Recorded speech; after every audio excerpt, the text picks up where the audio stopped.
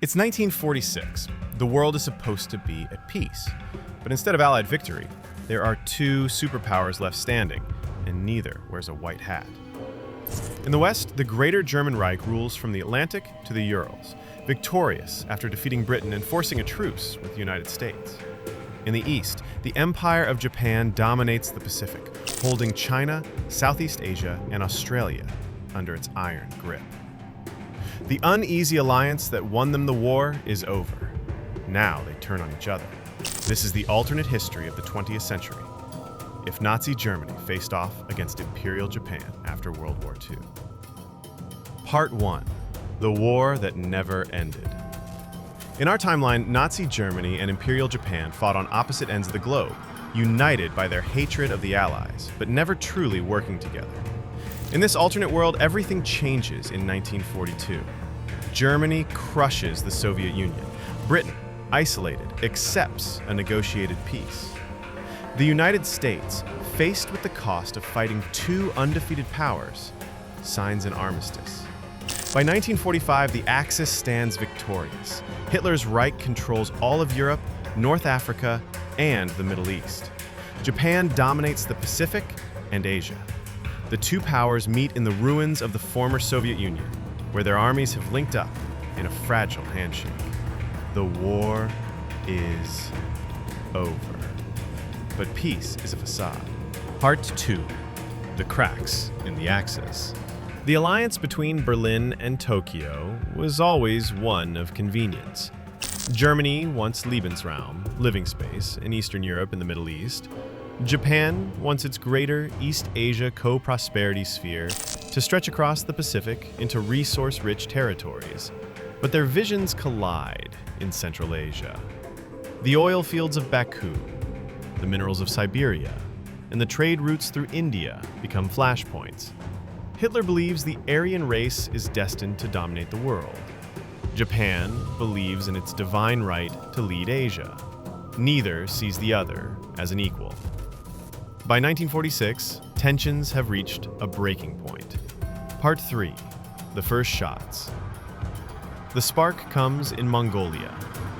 German troops, pushing east to secure resources, clash with Japanese forces guarding their Manchurian border. What begins as a skirmish between patrols escalates into a full-blown firefight. Berlin calls it a border incident. Tokyo calls it German aggression. Propaganda in both empires paints the other as a traitor to the Axis cause. Within months, the fragile post-war world descends into a new conflict. The Second World War's second act. Part 4. The battle lines. The war is fought on two massive fronts. The Eurasian front. German panzers roll east across the steppes, facing Japanese mechanized divisions and cavalry. The deserts of Central Asia become killing grounds for both sides, as each tries to secure vital oil supplies. The Pacific Rim. Japan strikes west into German-held India, using its powerful navy to cut supply lines. In retaliation, Germany launches U-boat campaigns into the Indian Ocean, disrupting Japanese shipping. Both sides court former Allied nations, promising independence in exchange for military support. India becomes a key battleground of ideology and survival. Part 5. Weapons of the New War. This is not the World War II we know. By 1947, both powers have absorbed the technology of conquered nations. German scientists perfect the V-3 rocket and deploy early jet bombers capable of striking Tokyo from Central Asia. Japan develops advanced aircraft carriers and refined submarine warfare, crippling German supply lines in the Indian Ocean. Whispers emerge that both sides are racing to develop nuclear weapons, using resources seized from the United States, Britain, and the Soviet Union. The world teeters on the edge of the first truly global nuclear confrontation. Part 6. Occupied People's Rise. In the shadows of the two empires, resistance movements see opportunity. In occupied Europe, underground networks aid Japanese espionage, hoping to weaken the Reich. In Asia, Chinese guerrillas accept German arms to fight their Japanese overlords. Former Allied officers, left without a nation, become mercenaries, selling their expertise to the highest bidder. The war becomes as much about proxy battles as direct confrontation, with entire regions turning into chessboards for Berlin and Tokyo. Part 7. the turning point. By 1948, the war has dragged on for 2 years with no clear victor.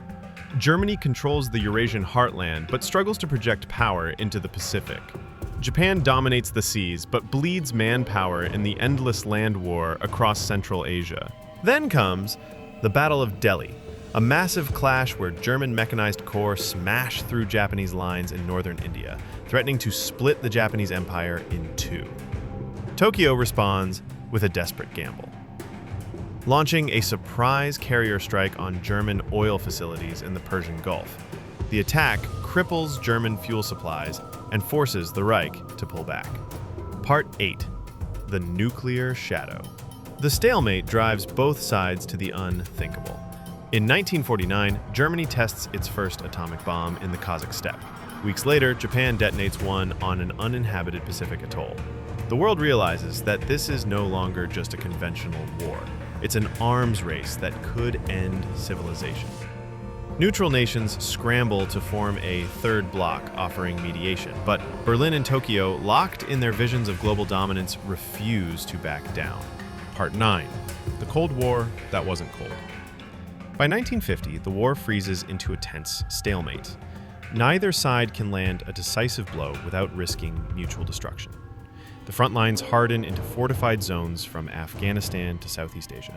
Spies replace soldiers as the primary weapons. Sabotage, assassinations, and propaganda wars dominate the next decade. The world is divided not between East and West, but between the Reich's Europe and the Empire's Asia. Africa and the Americas become ideological battlegrounds, each superpower funding coups and revolutions to expand influence. Part 10. The world that might have been. If Nazi Germany and Imperial Japan had turned on each other after World War II, the 20th century would have been defined not by democracy versus communism, but by two fascist empires locked in a global death struggle. Technology might have advanced faster, driven by competition, but human freedom would have withered under totalitarian rule. There would be no United Nations, no post-war economic boom for the free world, no civil rights movement. Instead, the world would live under the constant shadow of war, with no side worth rooting for. In our reality, the Axis fell apart before it could win the war. But if it had, the alliance was always destined to crumble. The question is not whether Nazi Germany and Imperial Japan would have fought, it's when. And in that fight, there would be no good guys, only two visions of tyranny battling for the right to rule the ashes.